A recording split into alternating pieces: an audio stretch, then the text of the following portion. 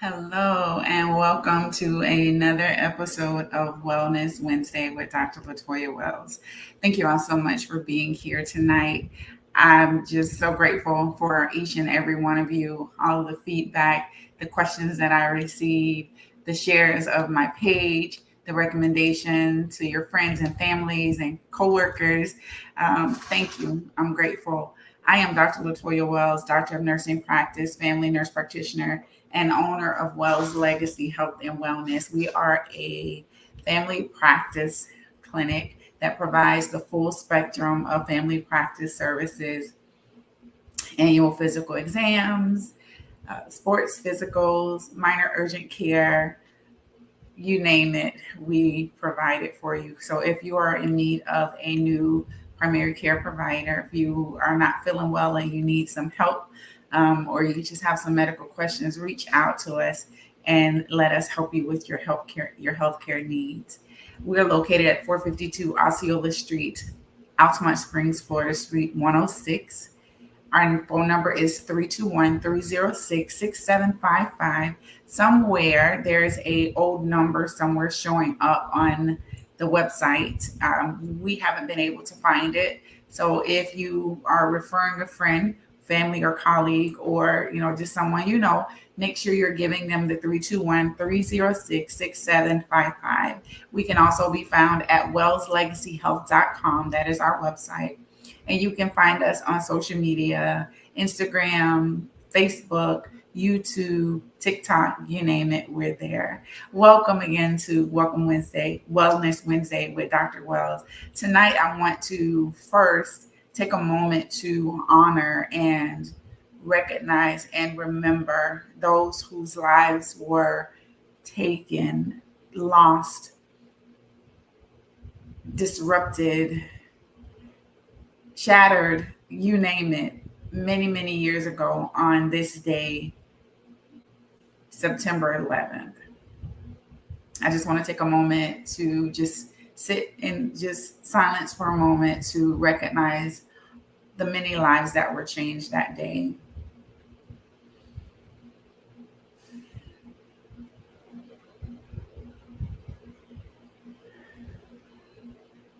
I woke up this morning and there was something that I was feeling and I couldn't really put my finger on it. And I just couldn't put my finger on it. And so when I'm feeling like that, I tend to go inward and to just kind of sit with my thoughts. And, I journal and pray and put on the worship music and all of that. And I did that this morning. And then I looked at the phone and saw that it was 9/11. And so I just began to think about those individuals. I can recall going to New York and on a girls' trip with one of my really good friends and her daughters and my daughter. And we went to the site of the old World Trade Center. And the emotions that I felt that day were overwhelming. And I can remember where I was this day 23 years ago, and the shock and the fear and all of the emotions that I was feeling, and wanting so bad to be there to help and to just be support to the individuals who were living it. We were living it, but those individuals were living it. Those family members were living it. They were going through, their husbands, their wives, their brothers, their sisters, their aunts, their uncles, their friends, their coworkers, their colleagues were directly impacted by that. So I just want to take a moment. I don't want to brush over it. I just wanted to take a moment to honor those and to recognize those individuals whose lives were changed, forever changed in that time. And tonight's topic kind of falls in line with that in terms of the after effects and the aftermath of it and some of the emotions that people dealt with and are still to this day dealing with. And as we are in National Suicide Week, it ends on the 14th. I believe it started on the 9th. I want to just take a moment and talk about this because it's a topic that in much of society can be taboo and not many people want to talk about it, but we need to talk about it. And so tonight we're going to delve into it. There, I had another topic that I wanted to talk about, but I feel like this is just as important. So tonight we're going to talk about suicide, and I want to honor those families who have lost loved ones to suicide and are here still dealing with the aftermath of that, whether it may be that it happened a week ago or a year ago or 20 years ago. Um, I myself have been impacted by the loss of a family member to suicide, and you are left with questions that you never get answers to, and it can be difficult. So, as you all know, I like to give statistics. I love my numbers and I love just kind of bringing out the statistics and things, but these numbers are astounding. Globally, nearly 700,000 people die by suicide each year. And that number came from the World Health Organization. In the United States alone, over 48,000 people die by suicide annually. In the United States, suicide is the 12th leading cause of death in the United States, caused by individuals in the age ranges of 10 and 34. And while we know that suicide doesn't have a name, it doesn't have an ethnic group, it doesn't have a socioeconomic status, it doesn't matter. Individuals from all ages, all races, and all socioeconomic backgrounds are impacted by suicide. I can recall we are a volleyball family. Our daughter, our youngest, played volleyball from the time she was, I believe, 7 or 8 or somewhere around there, and probably even younger than that. And we were a part of a volleyball family with her growing up. And I can just remember hearing that one of the young ladies, she was less than 12 years old, I want to say, I can't remember, 10 or 11 maybe, committed suicide. And when you saw her, you just saw this ball of energy, this upbeat, happy kid. But somewhere deep down, something was going on that she felt like it was better for her not to be here. And she took her own life. And that was just shocking. And I believe that was during the pandemic that this happened. And that's during a time where we saw such an increase in suicide and domestic violence and homicide. It was just a tough time. And so, as we honor and as we bring light to and as we focus on suicide prevention, not just this week, but every day. But this week is special because we've set aside time to talk about it when many don't want to talk about it. There is shame from many family members who are left here after their loved one has committed suicide. There's shame in talking about how that person left and the whys and the unknown questions. So in terms of suicide, there's some mental health things that are going on with these individuals. And as I mentioned before, I'm not a psychiatrist, I'm not a psychologist, I'm not a mental health provider. However, I am a nurse with many years of experience in dealing with patients and taking care of their medical aspect, but also having to deal with and take care of their mental health aspect because it's the whole person and not just part, right? And so when we talk about depression and the link between mental health and suicide, depression is up there on the top. It affects how people feel, how they think, how they manage their daily activities. And many times they're just in this black hole where they feel like they can't get out. And that death would be the only way to relieve the pain and the loneliness and the fear and the anxiety and all the things that they're dealing with. But I want to just tell someone, if they're watching tonight, that is not the way. That is not the way. There's hope. There's support. There's someone there here willing and ready to listen to you and to get you the help that you need. Anxiety is an excessive worry or fear that interferes with daily life. Both conditions, if left untreated, increase the incidence of suicide ideation, meaning thoughts of suicide. Recognizing the warning signs, when hopeless individuals begin to withdraw, there's drastic and dramatic mood changes and shifts. They talk about feeling trapped or feel like being a burden.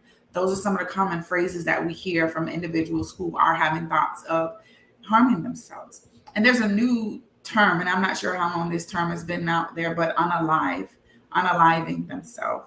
Um, Globally, in terms of resources, there's so many different resources that are out there. But I want to take a moment to just say to those family members that are left here, that are still reeling with the aftermath of your loved one taking their own life, there is support for you. There is help for you as well.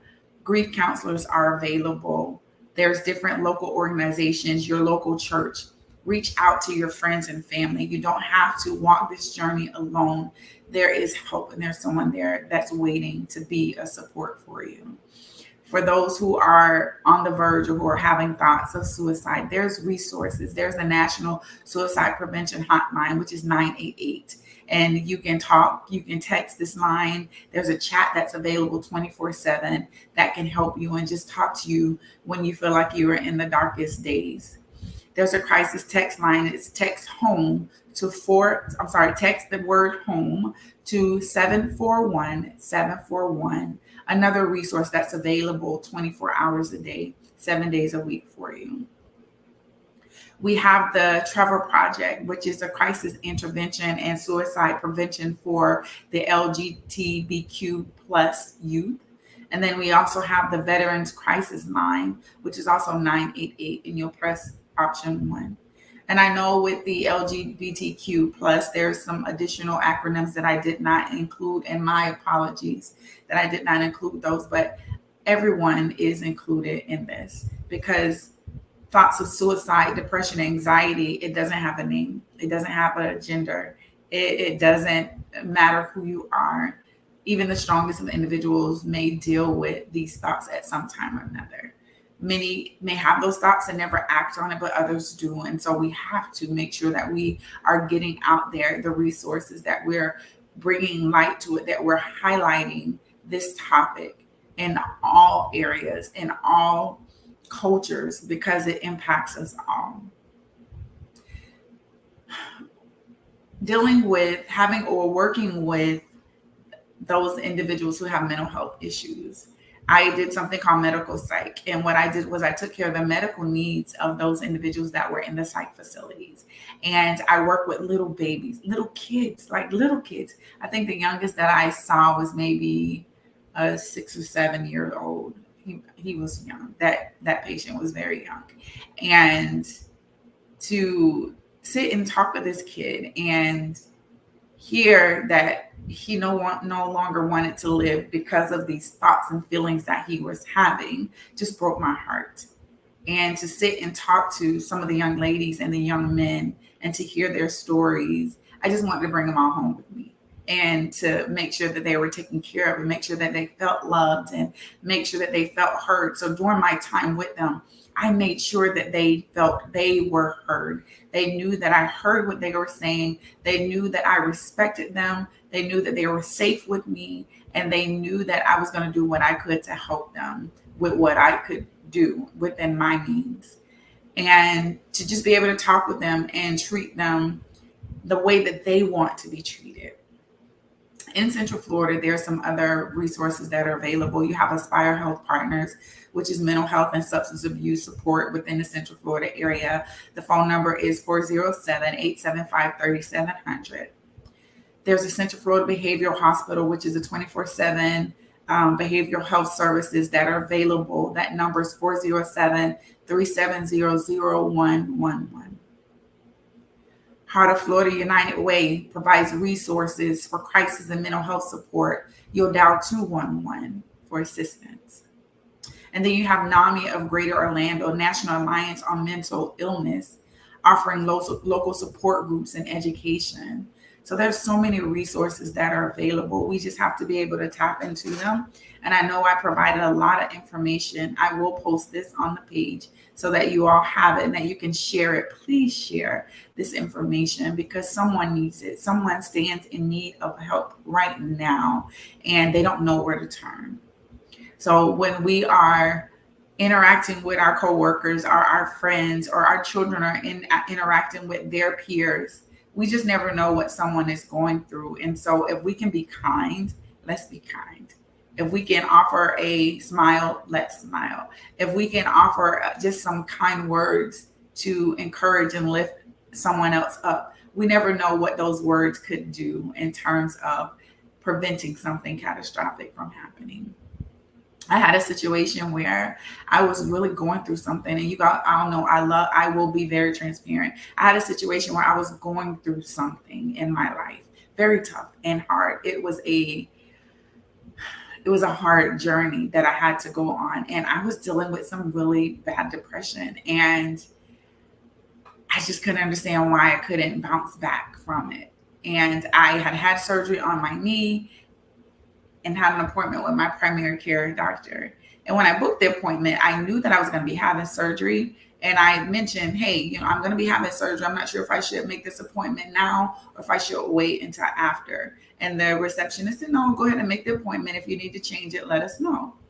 And so I kept the appointment and someone was supposed to pick me up and that individual did not show. And I had not taken my pain medicine all day waiting because I wanted to be awake and alert. If anybody knows me, I'm a lightweight. I can't take an ibuprofen. I'll be knocked out, right? So to have to take oxycodone or Percocet or whatever it was they gave me, I knew that I would have been asleep and wouldn't be able to function or do much. So I did not take my medication. I waited. And I was in so much pain by the time the appointment time came and that individual didn't show up. I took my medicine just waiting, hoping that they would come, and ended up falling asleep. My doctor's office called. My daughter answered the phone and said, oh, she's asleep. And so when I woke up the next morning, I called and I apologized. I got the appointment rescheduled, no problem. And I had a friend of mine come and pick me up and take me for my appointment. When I got into the room, just waiting for my physician to come in, and the first thing that was said to me is, what happened to you yesterday? That was an appointment that somebody else could have had. You were no call, no show. Why? And I just began to bawl. I broke down and started crying. And she was shocked. She was like, oh my God, what's wrong? What's wrong? And I just told her nothing. And so I explained to her the situation. And I told her, I said, I'm very disappointed and how you came at me and how you approach the situation. You don't know what's going on in my life. And if I had been suicidal or something, if it had been a patient that was suicidal and you came in and you spoke to them in that manner, you addressed them in that manner, that could have been the one thing that would have pushed them over the edge and they were coming to you for help. And so I told her, I'm just very disappointed. And after that, I really lost confidence in my provider. I lost trust in her as my provider to be able to care for me holistically as a person. Because yes, I was coming in there to follow up on my blood work and some other things, but in that moment, I was having a mental health crisis, and she just kind of added more fuel to the fire. She and I talked about it. I discussed how I was feeling. And I told her I just didn't feel safe with her as my provider. And I did find another healthcare provider at that point. Patients need to feel safe when they go to their providers, when they go to their healthcare providers. And as a part of your physical exam, and I'm kind of getting off topic, but it's still on topic. As a part of your physical exam, there should be some questions about your mental health. When those questions are asked, or when you have to do your pre-paperwork, if you're completing your pre-visit paperwork, and your pre-registration paperwork online before you go see your healthcare provider, be honest. If you're depressed, say so. If you're not feeling well, say so. If you're dealing with anxiety or insomnia or whatever it may be honest so that way your provider can help you. Because as a healthcare provider, if we don't know what's going on and if you're not honest with us, we can only go by what you're telling us. So just be honest. Dealing with depression and anxiety. Again, I've been talking about this the whole time. Talk to someone that you trust. Reach out to a family or to a friend or family member or a therapist. Sometimes the best people are people who don't know you, right? Someone that you may interact with occasionally, casually, what have you. But many times we fear talking to our family member for shame, out of shame. There's different cultures. Oh, just deal with it and get over it. We don't have time to be sad. We don't have time to cry. We don't have time for that. We don't go to therapy. We don't talk to other people about what's going on in our house. Yes, we need to talk about what goes on in our house, because what is going on in our house and we're silencing individuals, it's killing them. It's causing them to want to harm themselves because they feel like they don't have an outlet or anyone that they can speak to. And this has started from little kids all the way up. So we really have to change that narrative when it comes to dealing with mental health. Developing a routine in self-care. Establish a daily routine, whether it includes journaling or exercising and nutritious meals and, sufficient sleep, making sure that you're getting sleep, making sure you're staying healthy. Because many times if we feel good, mentally, we feel good as well.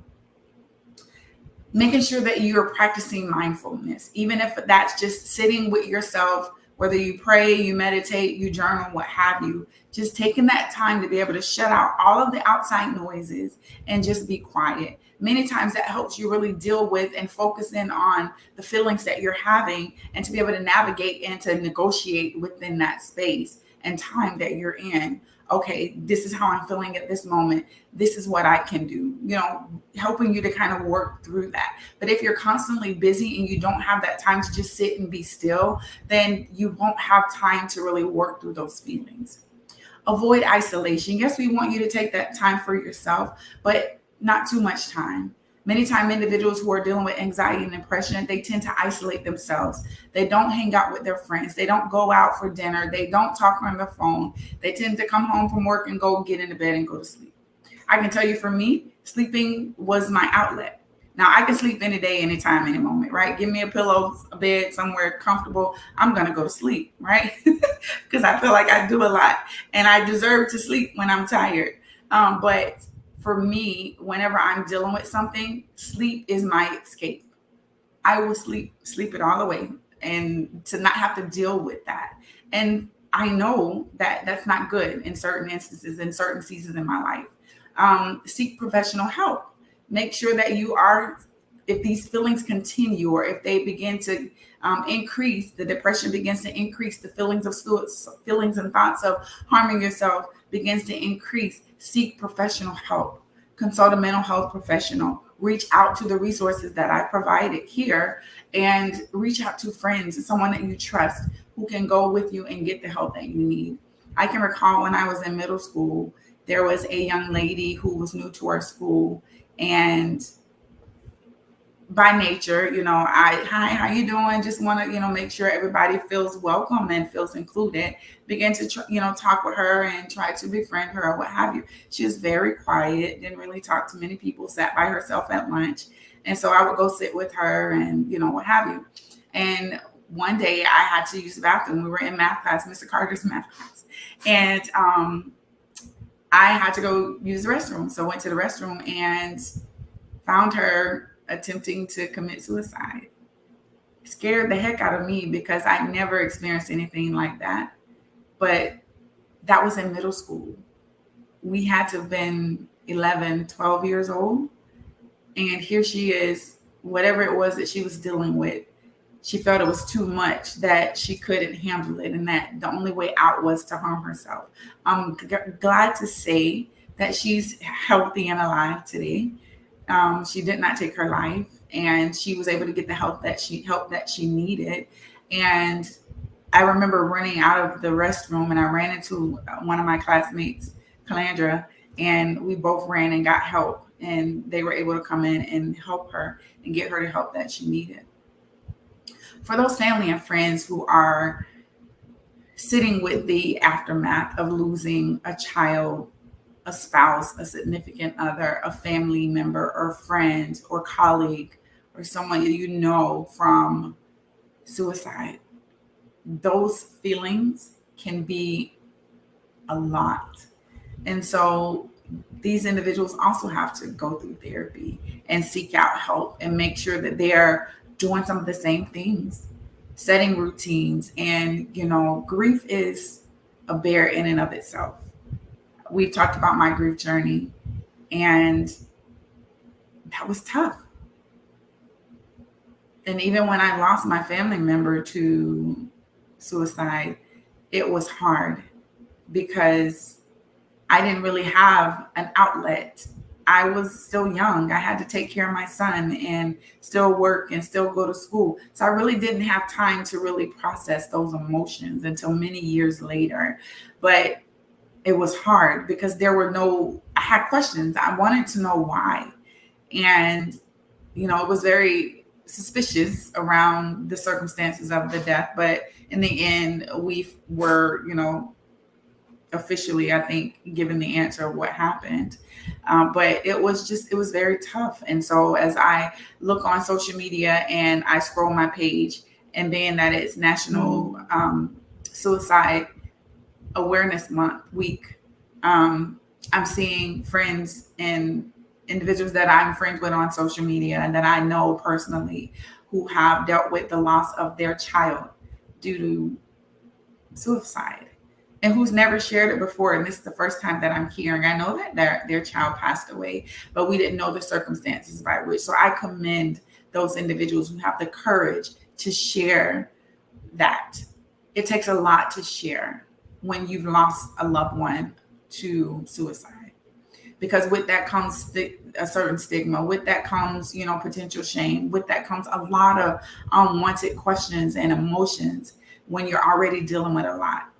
So individuals who are dealing with the aftermath of losing a family member, whether it was today, yesterday, or 40, 50 years ago, you still deal with that loss. And there's a lot of questions. So I commend you. I recommend that you go and you seek help if you have not already done so. Grief counseling, who are grief counselors or therapists who are trained to deal with individuals who are dealing with grief due to the loss of a loved one from suicide. For survivors, there's some resources. The AFSP, the American Foundation for Suicide Prevention, offers survivor support and education. The Dougy Center provides support for children, teens, and family grieving from the loss of a loved one. Survivors of Suicide Loss offers resources and support for those who are affected by suicide. And Healing Together, which is a local organization in Central Florida that provides grief support groups for individuals who are dealing with the loss of a loved one from suicide. I want to recap and just kind of provide some additional information really quick. 988 is the National Suicide Prevention Lifeline. There's people waiting and ready to talk to you. For those family members who are still dealing with the aftermath of losing a family member in 9/11 from the tragic things that happened that year, there's support that's available for you. There are children that were born who are now 23, 24 years old, who never got to meet their mom or their dad or their uncles or aunts because their lives were taken during 9/11. There were children who were born and never got to see the World Trade Center and all the things that it had to offer. Our worlds were changed so much 23 years ago on 9/11. And so I want to say, if you need someone to talk to, reach out. There's someone there to talk with you. We're waiting to provide you with that support. And for the person who may feel like that suicide is the only option, it's not. There's other options. What you're going through may seem like it's the worst day ever, but there is help for you. There is support for you. And we're just waiting for you to reach out. I just want to say thank you all so much for listening tonight. I know this may have been a heavy topic, but it's something that needed to be talked about. And so that's what I am doing, is talking about it. Until next time, stay safe and be well. This is Dr. Latoya Wells with Wells Legacy Health and Wellness. We are open for new patients. We are now accepting Blue Cross Blue Shield, Medicare, and Medicaid, different plans for Medicare and Medicaid. We also currently have pending Aetna and Cigna. So once we have those approvals and those contracts signed, we will let you all know. Please keep referring your family and friends.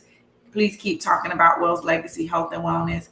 Help us get the information out there. We're going to be at some health fairs and different local events just to get our name out there. And if there's anyone who's in need of CPR training and certification, we're here for that as well. Take care. Until next time, this is Dr. Latoya Wells. Stay safe and be well.